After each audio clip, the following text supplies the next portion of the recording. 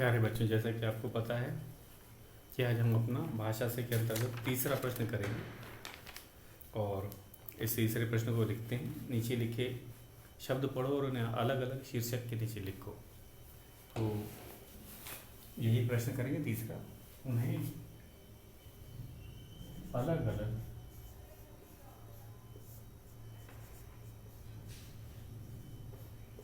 अलग अलग शीर्षक के नीचे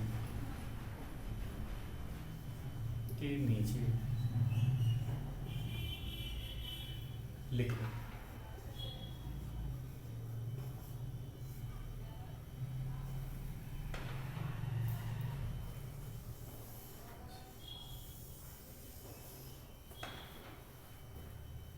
घर,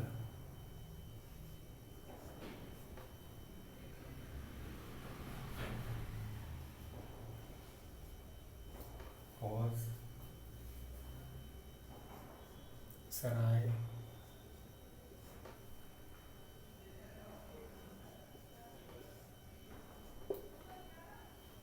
खिड़की,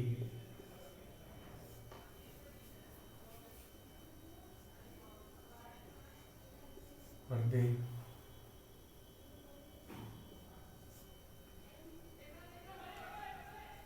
गुस्सा,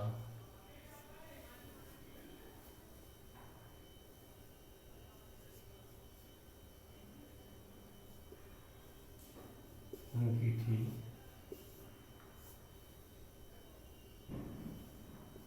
ताली,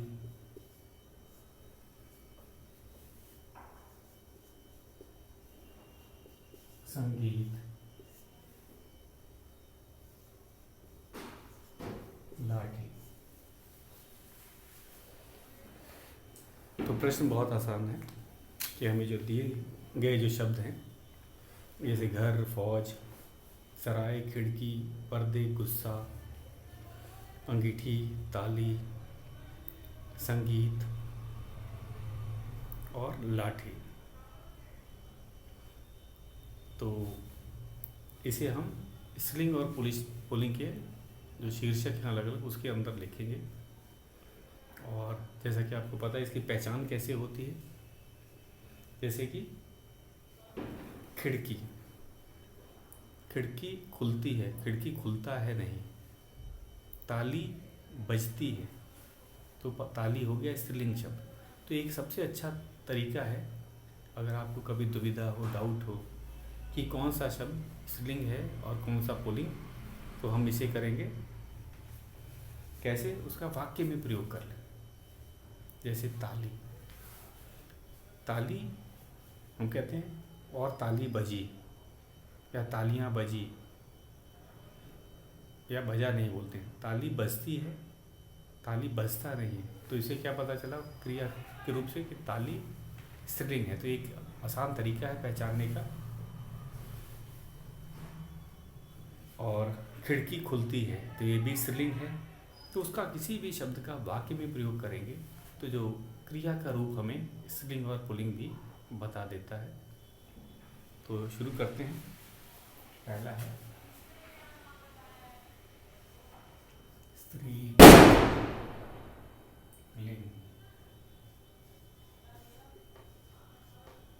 दूसरा शीर्षक है पुल्लिंग।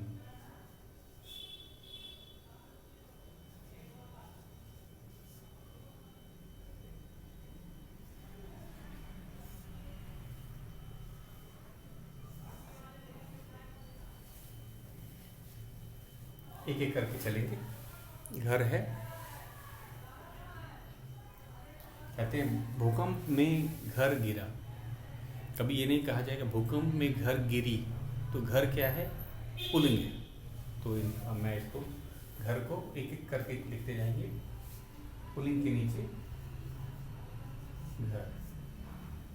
अगला है फौज। फौज स्त्रीलिंग है। फौज कूच कर गई, फौज सीमा पर चली, चला नहीं बोलते, फौज सीमा पर चली, फौज ने आक्रमण कर दिया, फौज।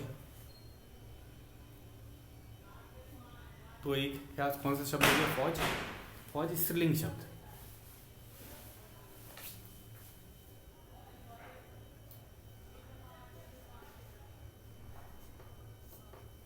सराय। सराय है पुलिंग।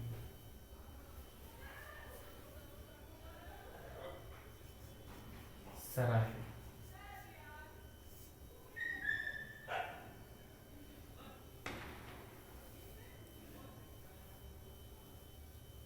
खिड़की स्त्रीलिंग शब्द है।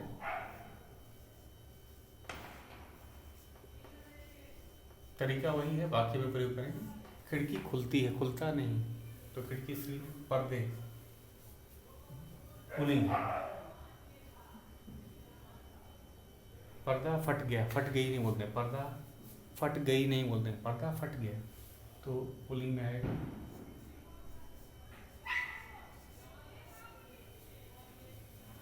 गुस्सा आया, गुस्सा आई नहीं बोलते हैं, गुस्सा आया होता है, ये भी पुल्लिंग है। गुस्सा आई नहीं बोलते हैं, गुस्सा और क्रोध दोनों ही पुल्लिंग है। अंगीठी, अंगीठी है स्त्रीलिंग, अंगीठी चली। अंगीठी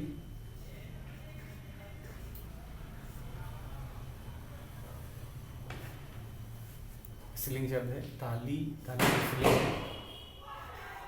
ताली, ताली क्या है? स्त्रीलिंग शब्द है। ताली बजी। संगीत है पुल्लिंग है। सबने संगीत सुना, सबने संगीत सुनी, ऐसा नहीं बोला जाता, सबने संगीत सुना। संगीत क्या हो गया? पुल्लिंग। लाठी है स्त्रीलिंग होती। लाठी चली। झगड़े में लाठियाँ चली, लाठियाँ चली। लाठी चला नहीं बोलते, लाठी चली, तो स्त्रीलिंग है। एक ये है तरीका पता करने का।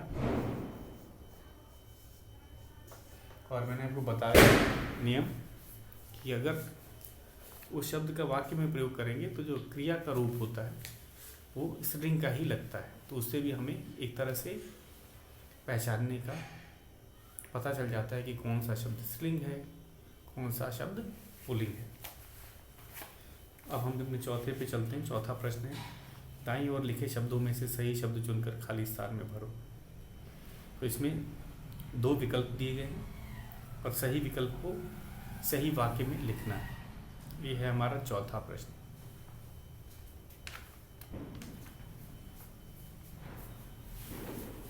प्रश्न है चौथा, भाषा से का चौथा प्रश्न।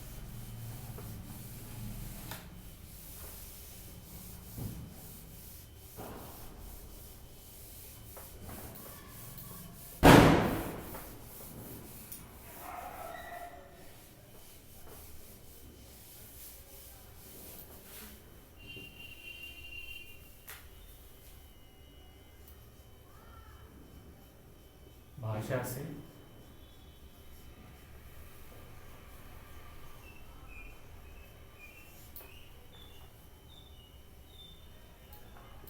दाईं ओर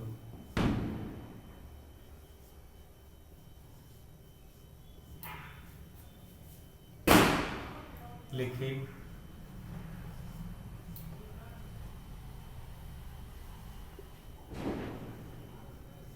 शब्दों में से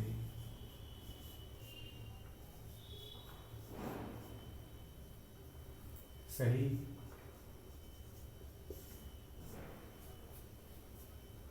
शब्द चुनकर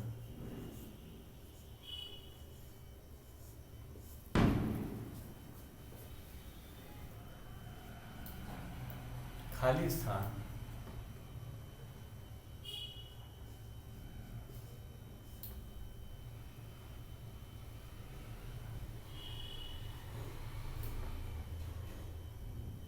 में लिखो।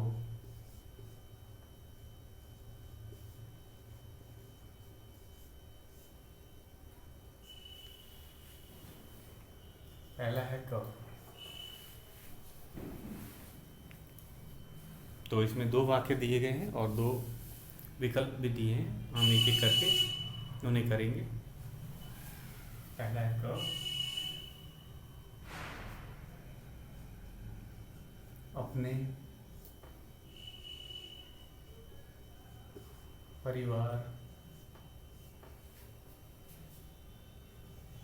के साथ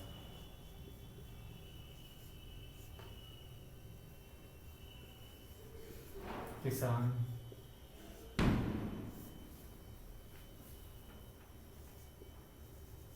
बहुत रिक्त था।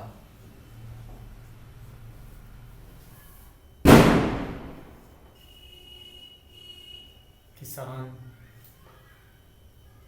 को 2 वक्त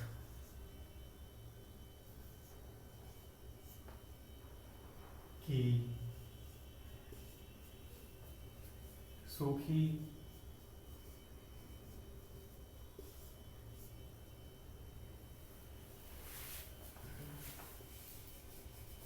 किसान को 2 वक्त की रोटी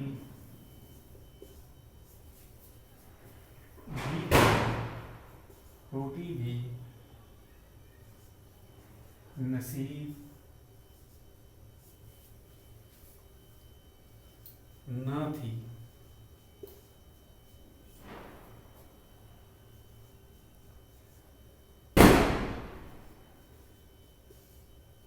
सुखी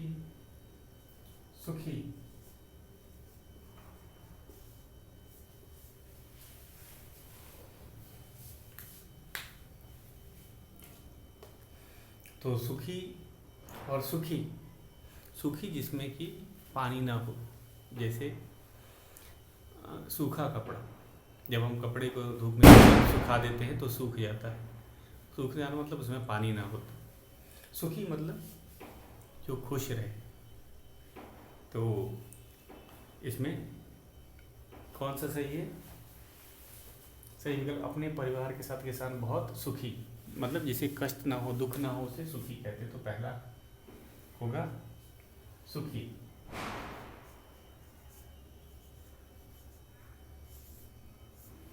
सुखी का अर्थ है जिसे कोई कष्ट या दुख ना हो, उसे सुखी कहते हैं। और दूसरा ये जो सूखी, स में बड़ी ऊ की मात्रा है, सूखी, इसका अर्थ होता है जिसमें पानी ना हो। जैसे कपड़े धूप में डालने के बाद सूख जाते हैं, उनका पानी समाप्त हो जाता है, ख़त्म हो जाता है, तो सूखी बोलते हैं। तो किसान को 2 वक्त की सूखी रोटी भी नसीब ना थी, मतलब उसको सूखी मतलब जिसमें बिना किसी चीज़ के साथ खाई जाए उसे सूखी रोटी बोला जाता है। तो सूखी ये हो। उसी तरह हमारा ख जो है तो है बसंत आते ही। बसंत आते ही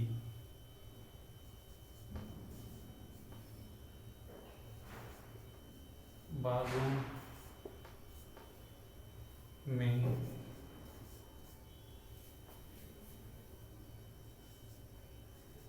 बहार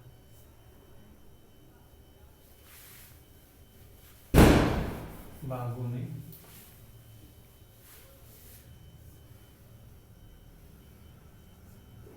आ गई।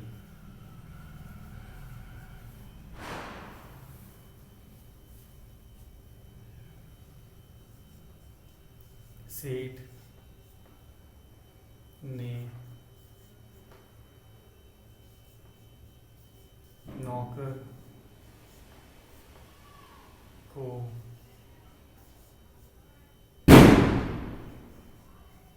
घर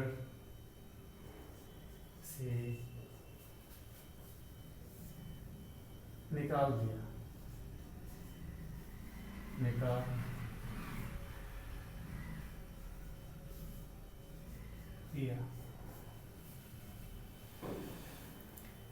बसंत आते ही बागों में रिक्त आ गई। सेठ ने नौकर को घर से रिक्त स्थान निकाल दिए। शब्द हैं दो, बाहर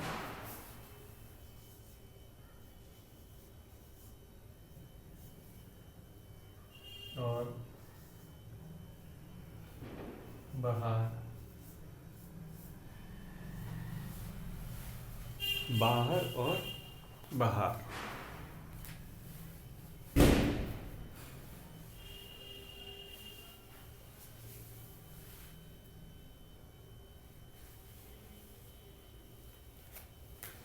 तो बसंत आते ही बाहर का अर्थ होता है जब फूल खिल जाते हैं और चारों तरफ हरियाली और फूलों की सुगंध फैल जाती है, उसे बाहर कहा जाता है।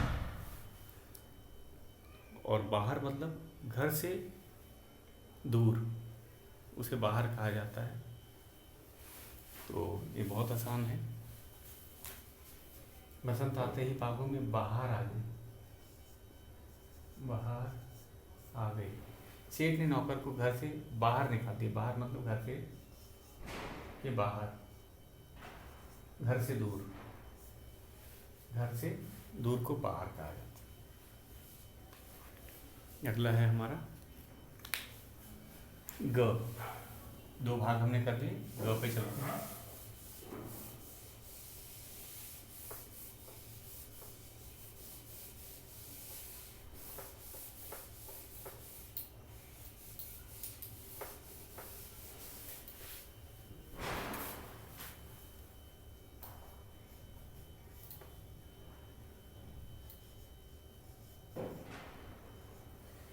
मैंने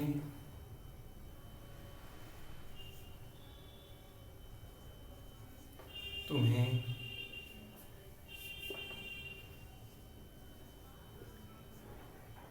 कई समझाया,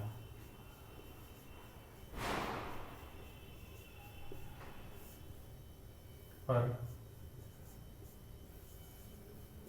कोई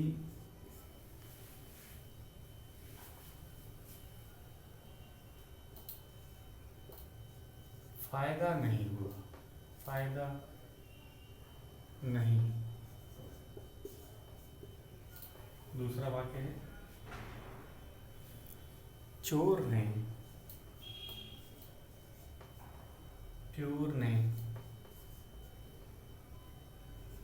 रामू के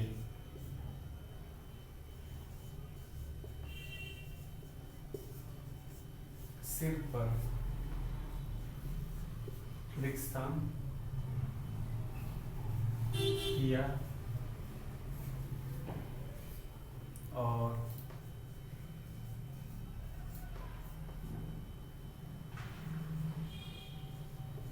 भाग गया।